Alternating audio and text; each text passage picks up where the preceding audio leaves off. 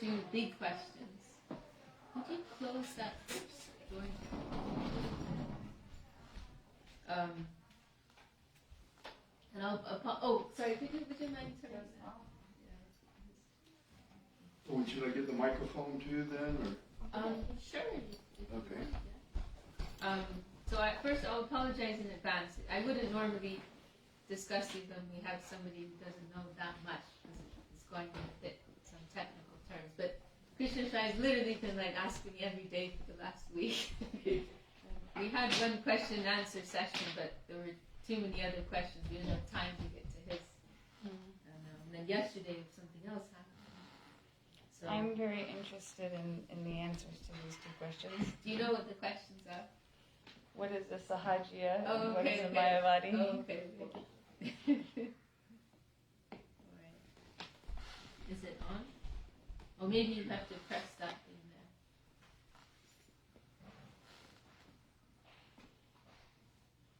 there. Yesterday I didn't think it was working. I don't know. I turned. We went live. What did you say? We went live. We went live, yeah, okay. Yeah, I don't know, maybe it's not working. Yesterday it wasn't working. So Krishna Shankara's question was, how do we understand what is Mayavad and also what is Sahajiya? Because these are two terms that get bounced around quite a lot, and so he's rightly questioning, what is the proper usage of these terms. And language is an interesting, language is a funny thing, right? There's some, words have their dictionary meaning, right? And then they have their, common usage, right? Idiomatic usage, right? And so with these terms, I would say with both of them, I would say there's a strict definition of, the dictionary or encyclopedia definition of what they mean. But then they also have some broader meaning that has been used by our communities, by our gurus also.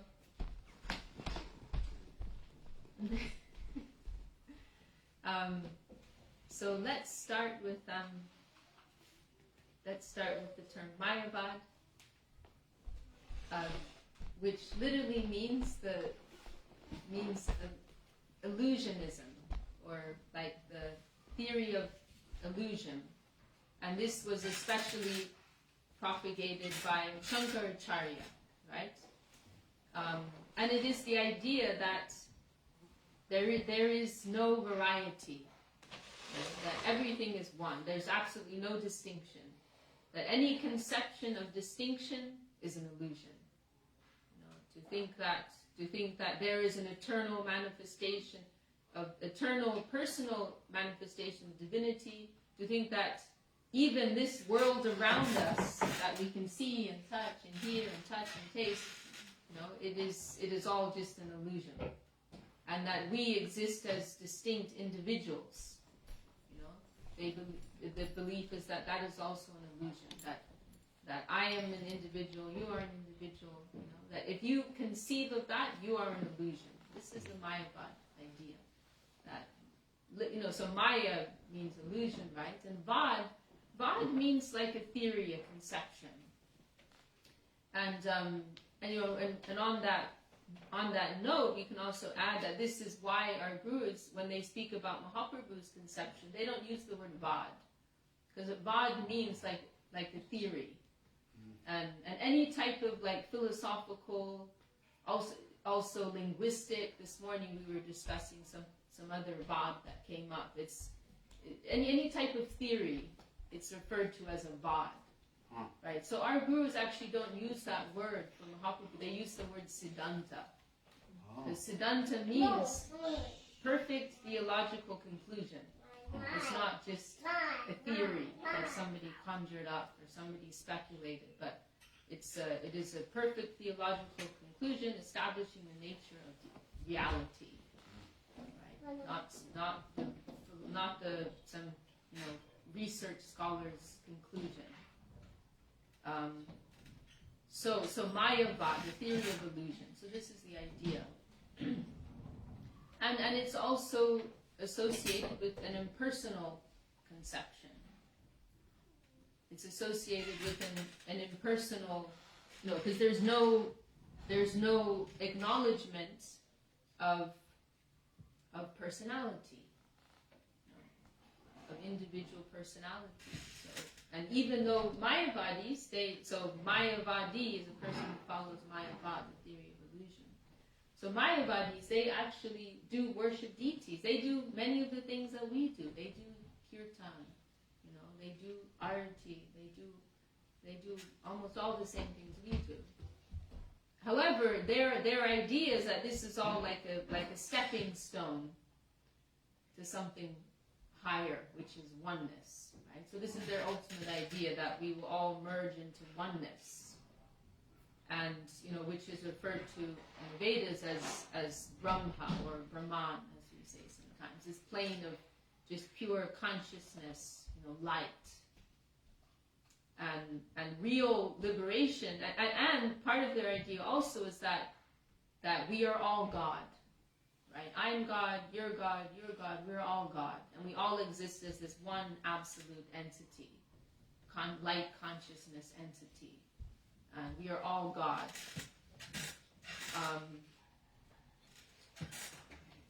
And so liberation, true liberation, moksha, right, in their conception, is merging into that oneness and losing sense of distinction.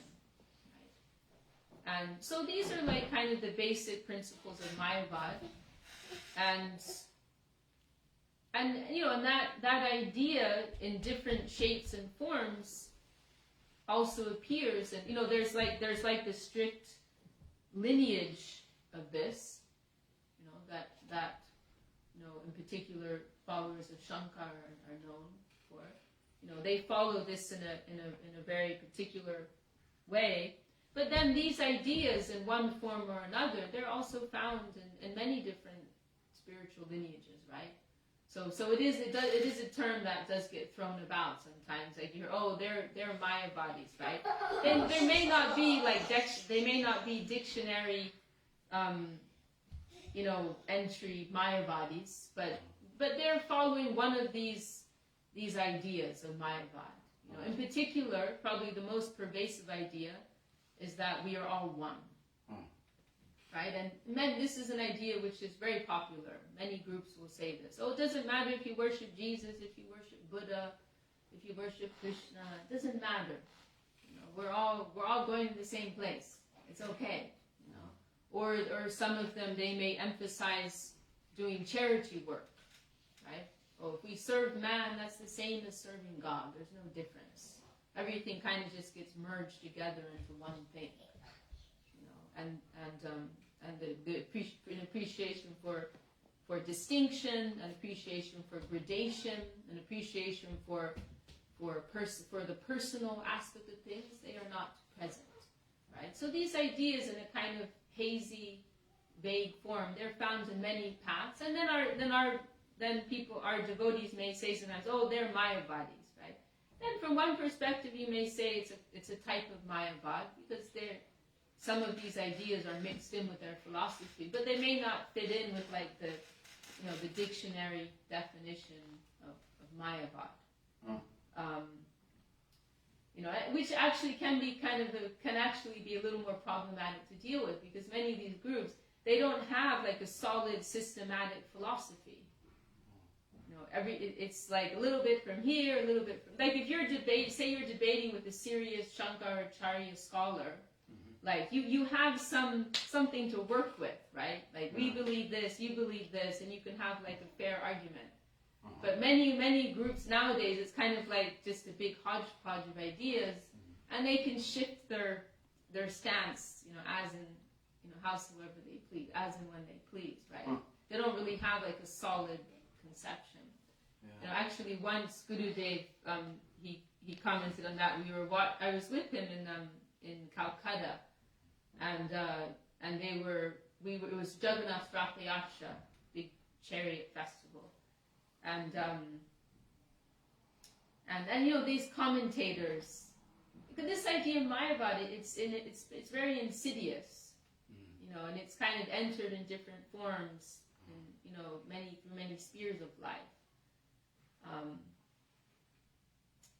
So the commentator was kind of speaking some type of hodgepodge conception, and then Gurudev, he said, oh, they are Mayavadis, you know? And then he said, but they are not even pure Mayavadis. Like, so they are not anything.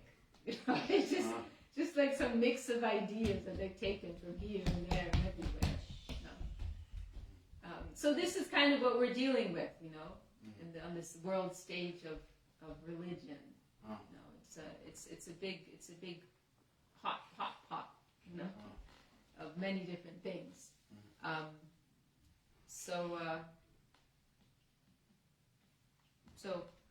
So there's this specific definition of what is Mayavad, and then there's kind of this general way in which it may be applied. Does that make sense? Yeah. Very nice. Okay. Yeah. Answers your question? Yeah. Okay. All right. Then the second one is Sahajiya. Right? Yeah. So these are like two groups that are enemies to Bhakti. I'm kind of joking. We don't think of anyone as enemies. We have to be a little PC. Otherwise people will come like hold you accountable for everything that you say. Yeah.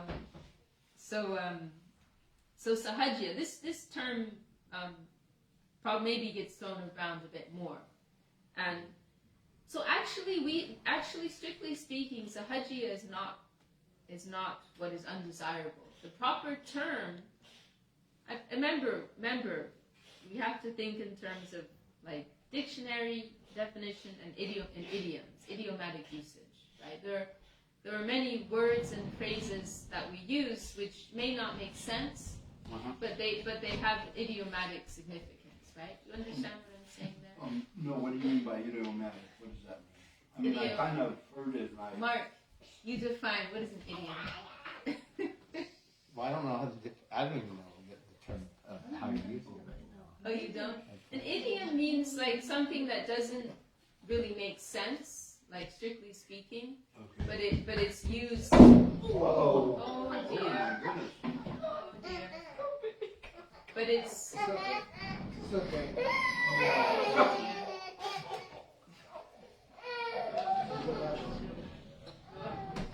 So an idiom means something that may not actually doesn't make literal sense, but it has some associated meaning, cultural meaning, right? So like, for example, I'm feeling blue, Okay. right? Like that doesn't make literal sense. I'm feeling blue, right? But you know, it has that associated meaning. Oh, I'm feeling down, right? Even that, I'm feeling down. Like literally, that doesn't. You know, sometimes we experience when we have persons who don't speak English as a first language. They hear some of the things, like people, native English speakers, are saying. It doesn't make any sense at all. Like, what are you talking about? It's like another language. Like, I didn't learn this in my language school. You know. So also in our like religious culture, there are phrases, you know, that we use. Like for example, Dandavat. Right? In our group, when we greet one another, we tend to say Dandavat. But that doesn't actually, Dandavat literally means like a stick, right? And it refers to when someone, and women don't do it in our culture, only the men do it. It refers to when you're lying down like a stick, like as an expression symbolic of full surrender, right? So, and somehow in our idiomatic usage, you know, that's how we say hello to one another, you know, and we wouldn't actually do that to the persons that we speak to, you know. Which is kind of funny because you walk around saying Dandavats, I prostrate before you like a stick, but then you're just standing there.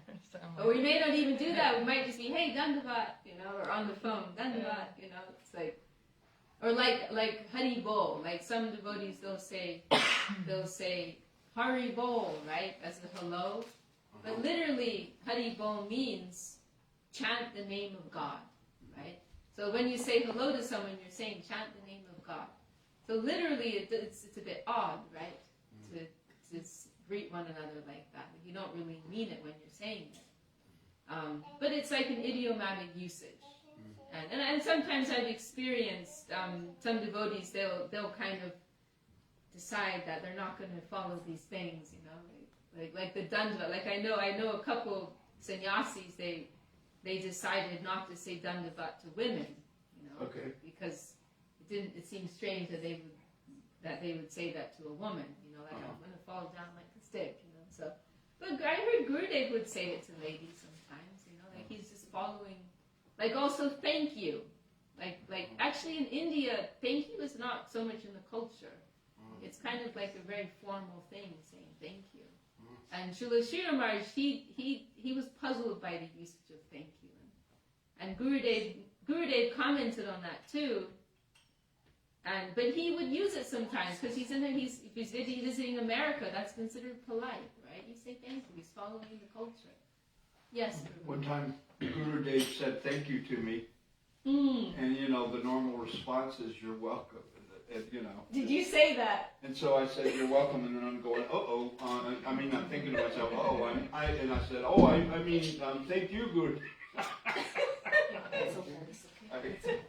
I think he sometimes he had this joking tendency sometimes. I think he was he's teasing. Being playful. Yeah. So anyway, going back to the subject, so Sahajiya, like strictly speaking, Sahajiya is not the correct term. Sahajiya means like something like what is natural. Okay. What is natural, and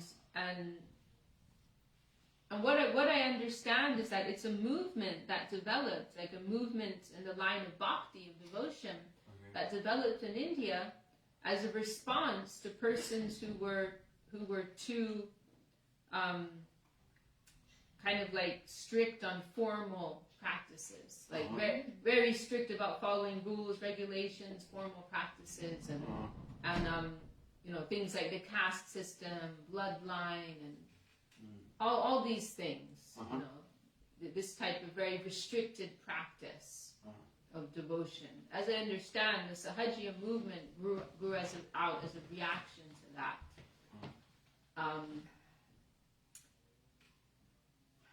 So, you know, which we can appreciate to a certain extent, but the problem is that some persons went too far.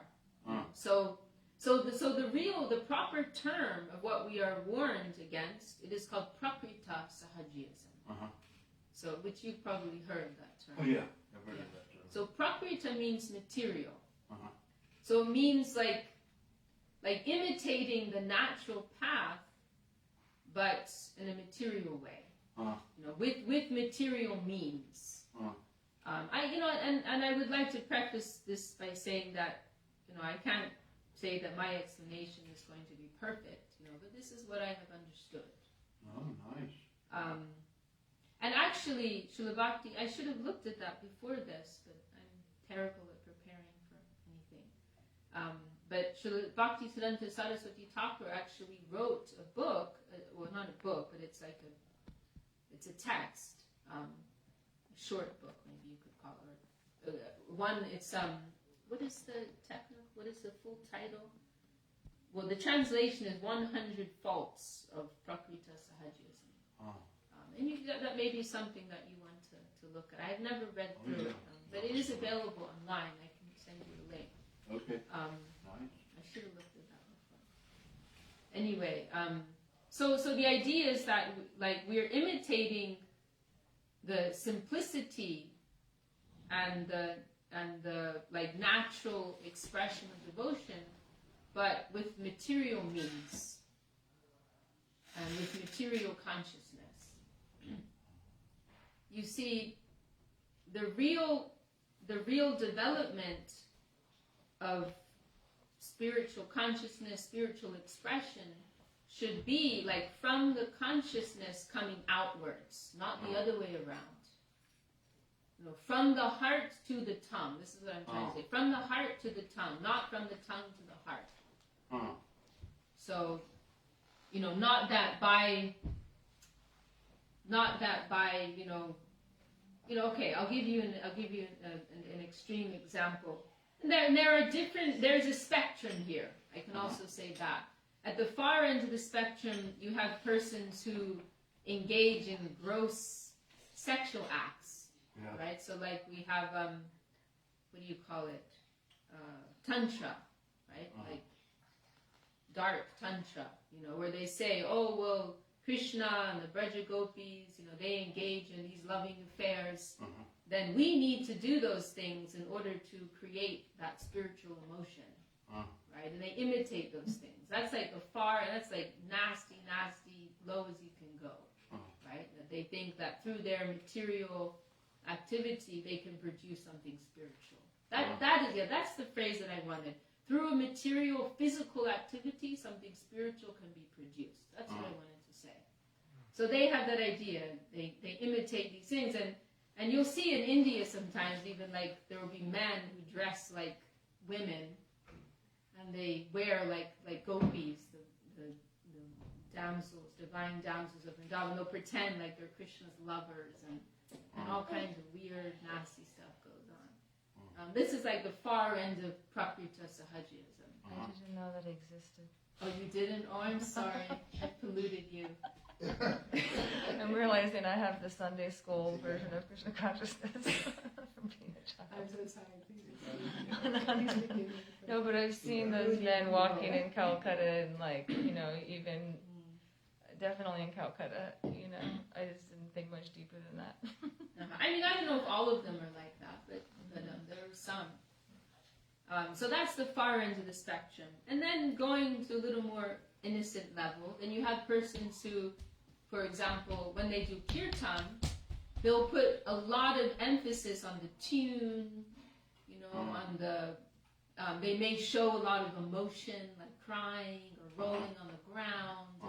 They're imitating divine emotion, and they think that by imitating that, they're going to produce something spiritual. Yeah, there was a lady devotee that had come here, and I thought she was having what do they call it, like a seizure. I thought she was having a seizure or something. Yeah, I've seen it before too, yeah. She'd evidently, Gurudev had kicked her out of the mosque for that. And then she had come here. Okay, well, so anyway. Yeah. So this idea that, by imitating, because it's meant to be the other way around, right? Like when you have such intense spiritual emotion coming from your heart, you can't help yourself, right? You uncontrollably will show all these symptoms, right? So like, for example, Mahaprabhu, Sri Chaitanya Mahaprabhu, he's actually living, he's the embodiment of this divine ecstasy, right? And he would show this, I'll just finish this sentence. And he would show this emotion, trembling, tears, rolling on the ground, all these things, but that was something unavoidable, right? And there was one occasion when somebody asked him, why are you behaving like this? We know who you are. We know you were a great scholar before. You come from a good family. We know your parents. Why are you behaving like this sentimental fool on the streets? And Mahaprabhu says, I'm also embarrassed that I'm behaving like this. I'm not trying to do this.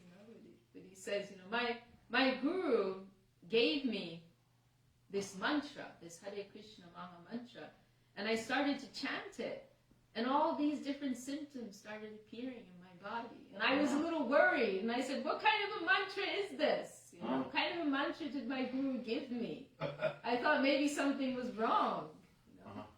So I went back to my guru and said, what kind of a mantra did you give me? What is this?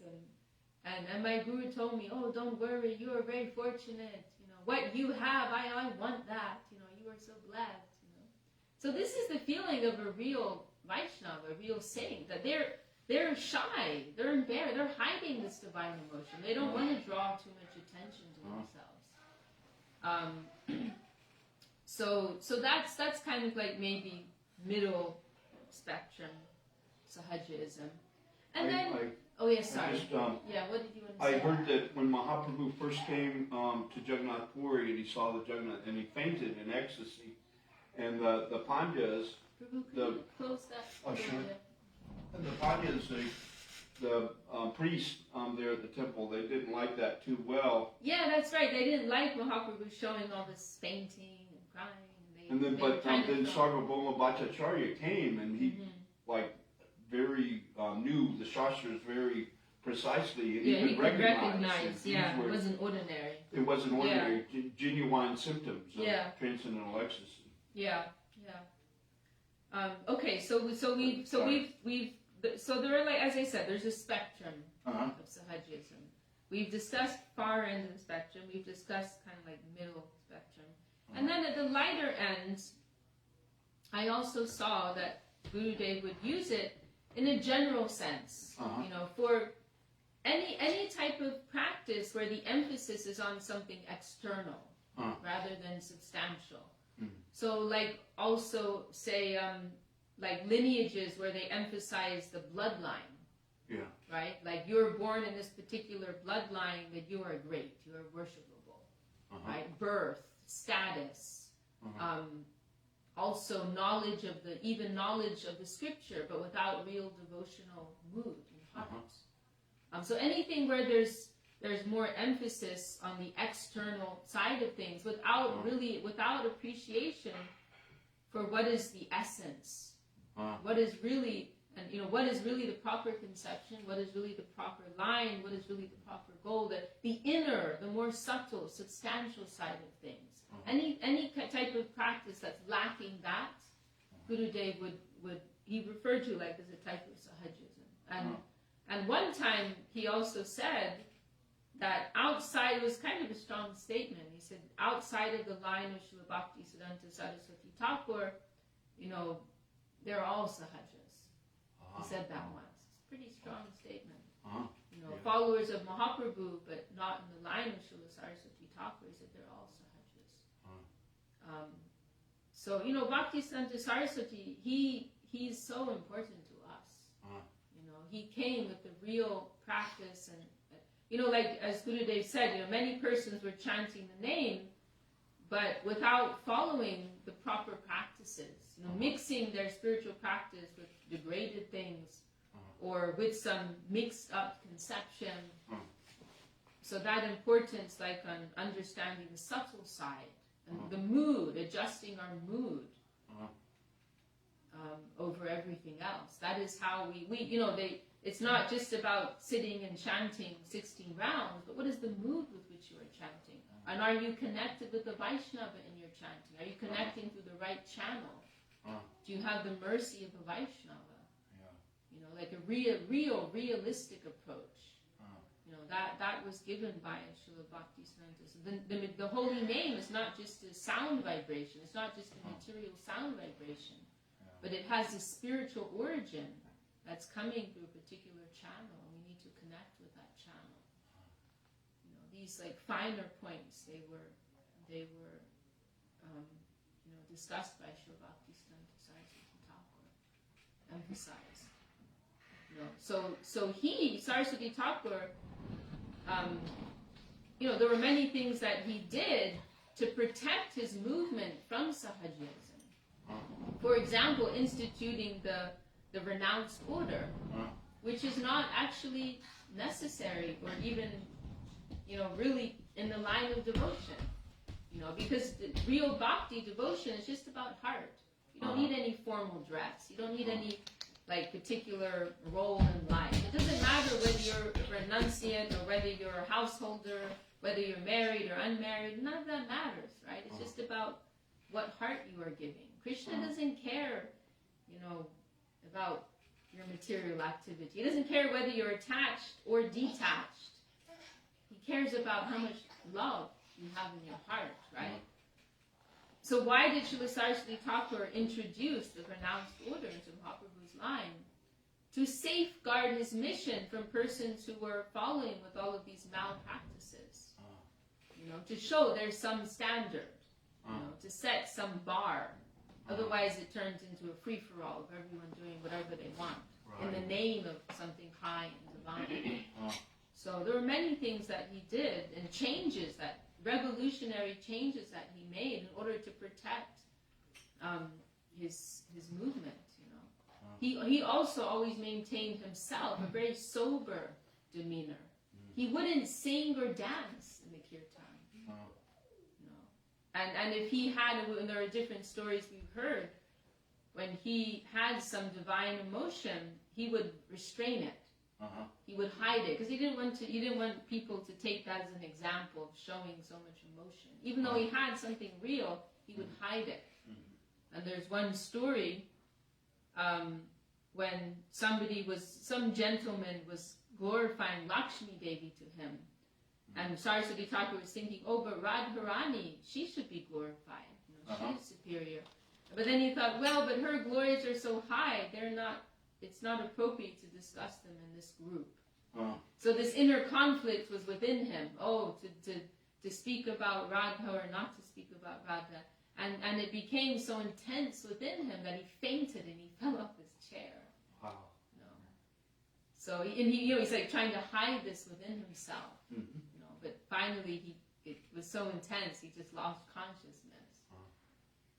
So he was really coming as an acharya, one who teaches by example, and he was trying to protect his mission from the spirit of imitationism. Sometimes Sahajiyaism is translated also as imitationism, and that's really the essence of what it is.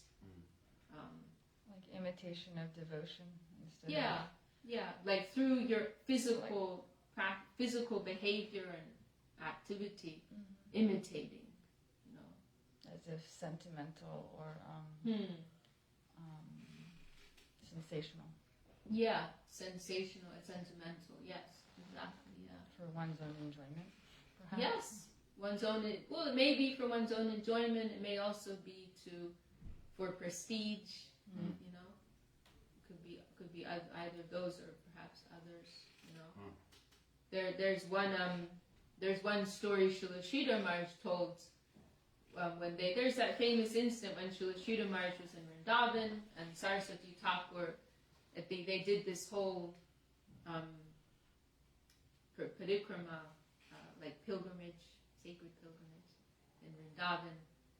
And this went on for some days, and at the end, Saraswati Thakur slapped his hand to his forehead and said, oh, I am so unfortunate I couldn't find one real devotee, one real pure devotee of the Lord.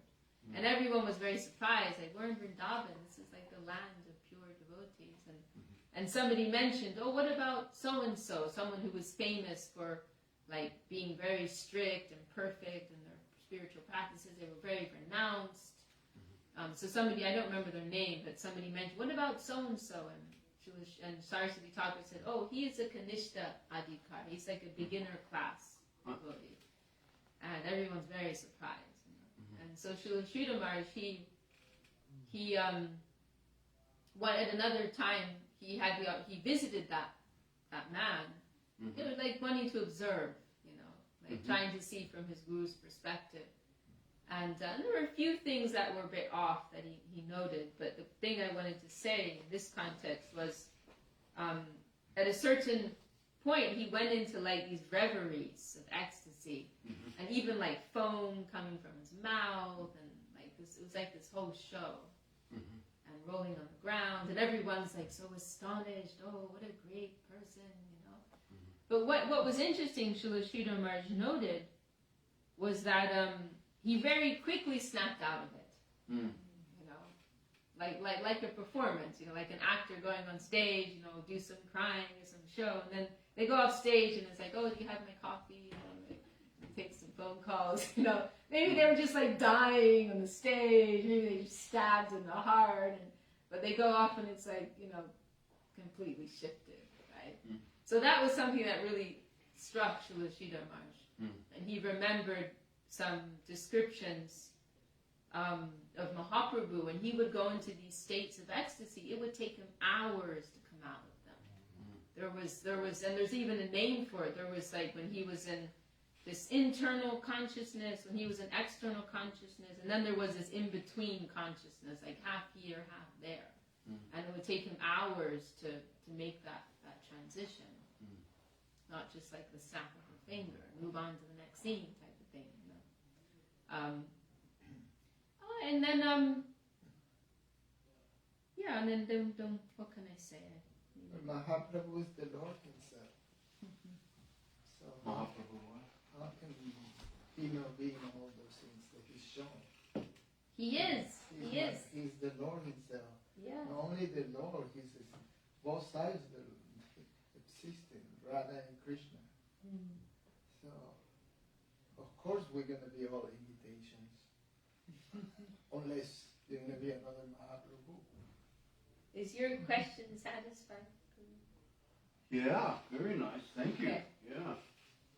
So I mean, in our own case,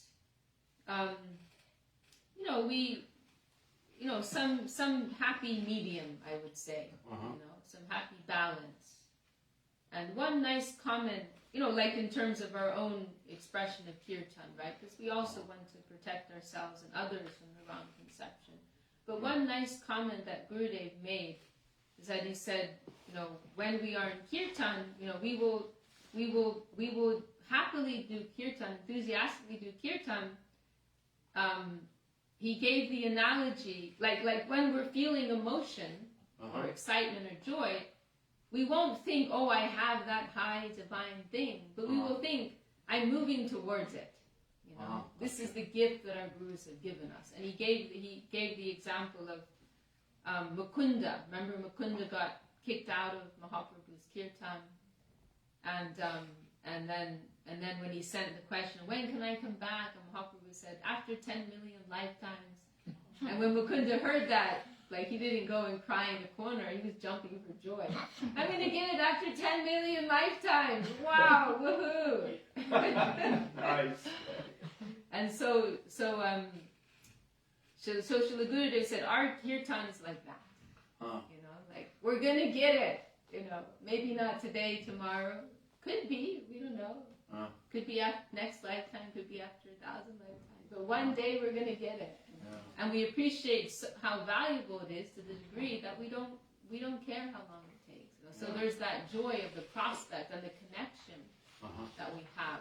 But we will be careful in thinking that, we're experiencing some divine thing, And Gurudev likes like happy dancing and chanting. He likes that in the kirtan. One thing he didn't like is he didn't like people with closing their eyes in the kirtan. And I think for this reason that because in India these Sahajiyas, they do that. Like they'll show, oh, I'm like this divine reverie. So I think for that reason. But he likes devotees to dance and chant and be happy. But he did caution just that we won't think, oh, I'm in that divine wave and now I'm with Mahaprabhu and all these things. We have some realistic estimation of where we are, what our stage is. So I think that's all I have to say. Nice. Thank you. I'm glad you asked these questions. You're They're welcome. important questions. Okay. I'm glad you asked these It's a questions. bad habit I've Thank got. you, Krishna Shaya. Thank you. I'm trying about not say the thank you thing, but I don't know. I'm a Gurudev- Westerner, so Gurudev could see I your have heart. bad habits of like doing that. Gurudev could see your heart. I think that's why he kind of like said to me that one time, thank you, and then I'm going, you're welcome, because it's the conditioned response, and then I'm going, oh my goodness, what did I say? Saying, oh, I mean, thank you, Gurudev. Okay, Gurudev knows. This reminds me of one story that Deva Bandhu, he was one of the personal servitors of Gurudev for some time.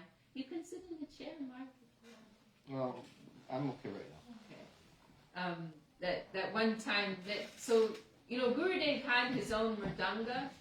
You will have seen it. That Gurudev had his own mridanga. He didn't, in his later years, he didn't play it much, or at all maybe. But he would keep it in his room. Mridanga is this drum, and but he would sometimes tell Devabandhu like to play it, like kind of keep it alive, So he'd tell Devabandhu to play it, and then at one time it was Janmashtami, right, which is a midnight celebration, and Devabandhu had his own mridanga too. He's a very wonderful mridanga player, and so it's Janmashtami, midnight arati, and he came from his room with his own mridanga to the arati, and then right after that, he was on night duty with Gurudev. And so then he went it's like normally he'd go and put his mridanga back, but it's already time for him to go to the service, so he went into Gurudev's room carrying his mridanga, and it's after midnight, but Gurudev was sitting up, like Gurudev was mentally with the arati, right? So Gurudev was sitting there in his chair as Devabandhu entered, and Gurudev looked at the mridanga like a little puzzle, because Gurudev would give his own mridanga to him sometimes, right? So Gurudev's looking like, oh, did you take my mridanga out? Kind of like looking, like questioning. And Devabandhu, he said, oh, no, this is my mridanga, Gurudev. And then of course, if you're in front of your guru and you say something is mine, right, then you're like, oh, hang on, it's not really mine, everything's yours. So Devabandhu, like you, he got really, he said, oh, this is mine. And then he's like, no, actually it's yours.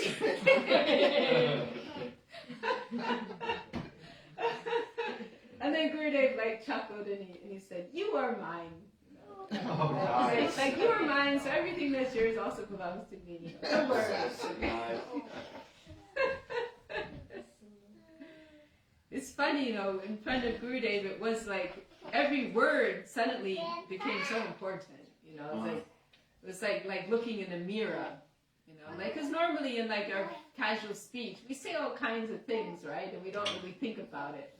But when you're in front of this super conscious being, then it's like every word is kind of like it's echoing out in the desert. It suddenly becomes so loud.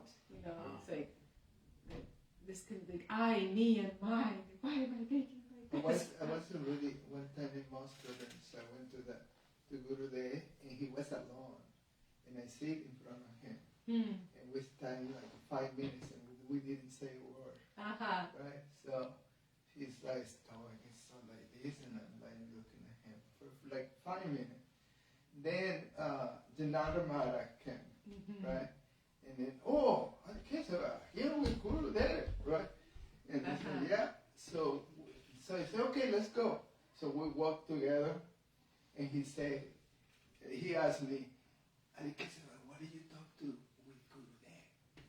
And I said, nothing. And he said, you didn't say a word? And he didn't say a word, and I didn't say a word.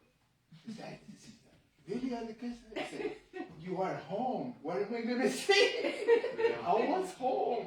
And it's unbelievable. 5 minutes. And no awkwardness. No, nothing. Yeah. Nothing. Yeah. It's silent. Yeah. I don't know. It's a mystical moment.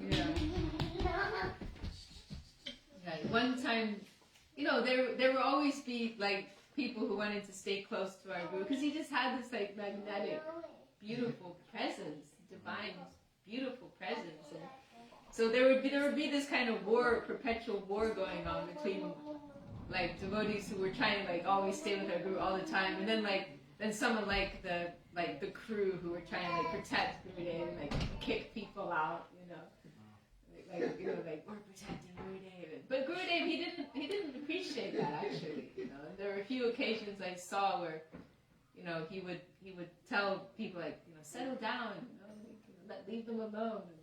But this one time, Krishna Kanta, she told me, Siddhanti Maharaj tried to take her out.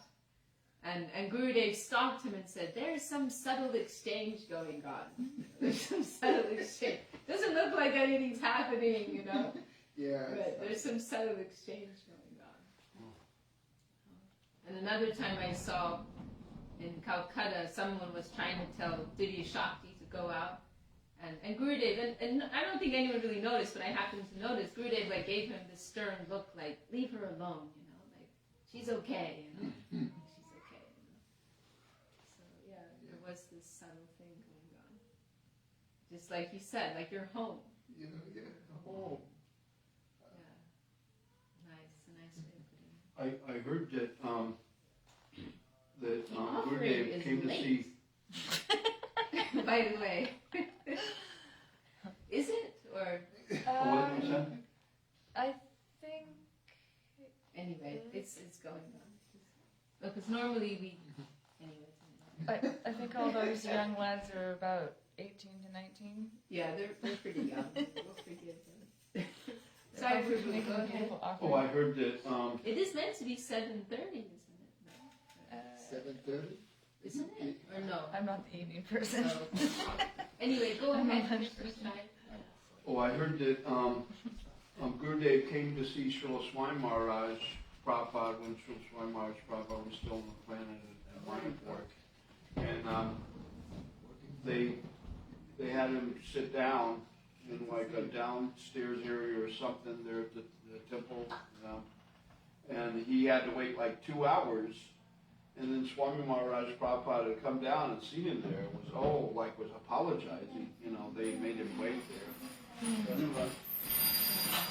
And so he was saying one time that because of that, he wanted that when he became the Acharya, he wanted to be very accessible to all the devotees. He didn't want that to happen to anybody like that. You heard Gurudev tell that personally. Yes, I did. I heard Yeah. that story too from somebody. So you heard that directly. I heard it directly from him. Beautiful. Yeah. He said that he went to see Prabhupada and he had to wait 2 hours. Yeah. And he He didn't want wasn't that to directly addressing me, but he was saying that speaking to to the everybody. devotees. Yeah. Right. Well, that's very sweet. So he didn't want others to have to wait for him. Like He didn't that. want that. Yeah. Right, He wanted right. to be make sure that he was very accessible. Right. And he was like from Yeah. 3:30 a.m. to like 10 o'clock at night. He was Yeah. available. You know. Yeah. Yeah, it was incredible. Hare Krishna Prabhu, please lead us. Hari Nam Sankirtan. I won't be too excited or anything.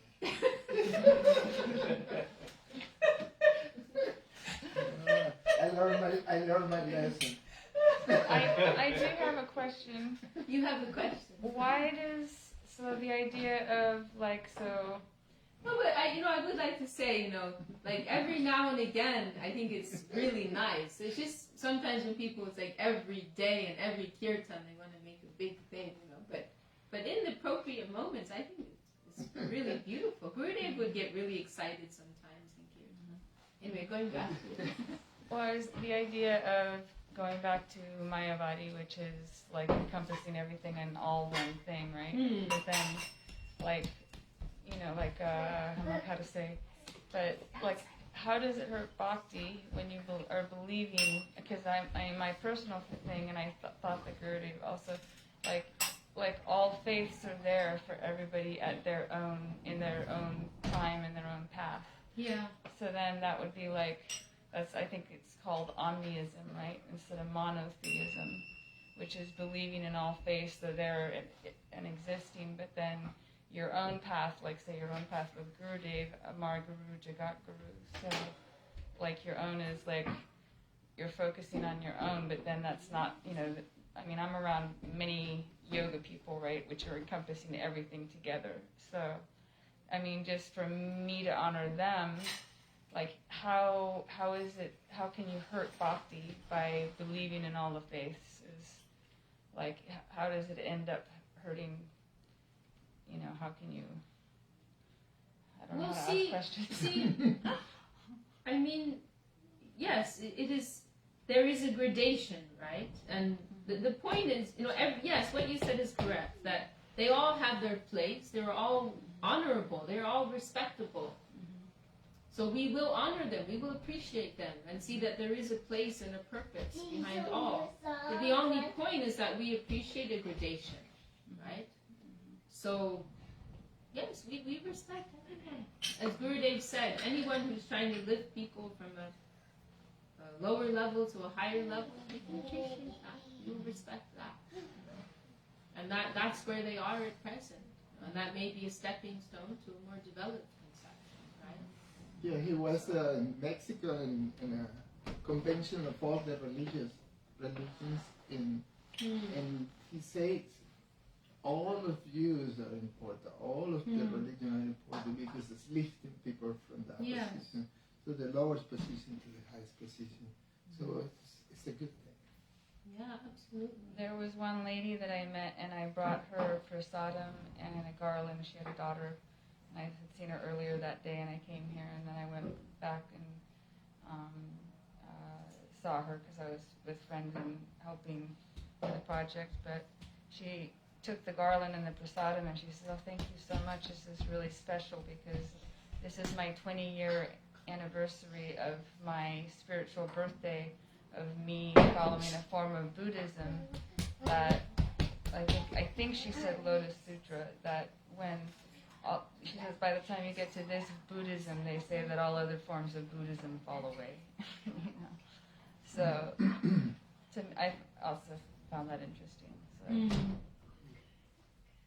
Hare Krishna, Yadavaya Namaha. Hare Krishna, Yadavaya Namaha. Hare Krishna, Yadavaya Namaha. Hare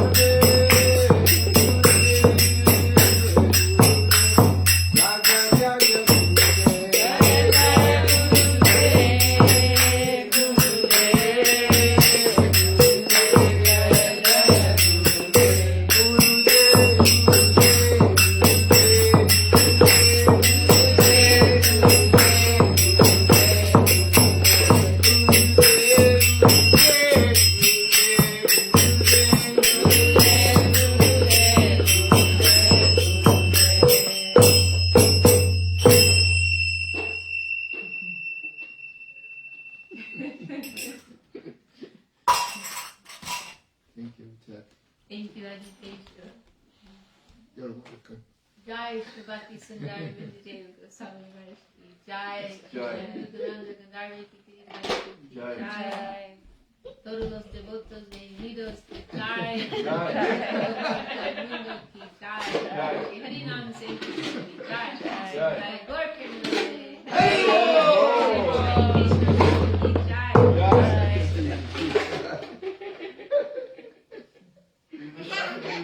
Shaki Didi ki jai. Jai. Hit. Thank you, Narayan. Where's the off button? Oh, just stop. Stop. Finish. Finish. Ah, there we go. Dandavats, Jai Gurudev, Jai Vishaka Didi ki Jai.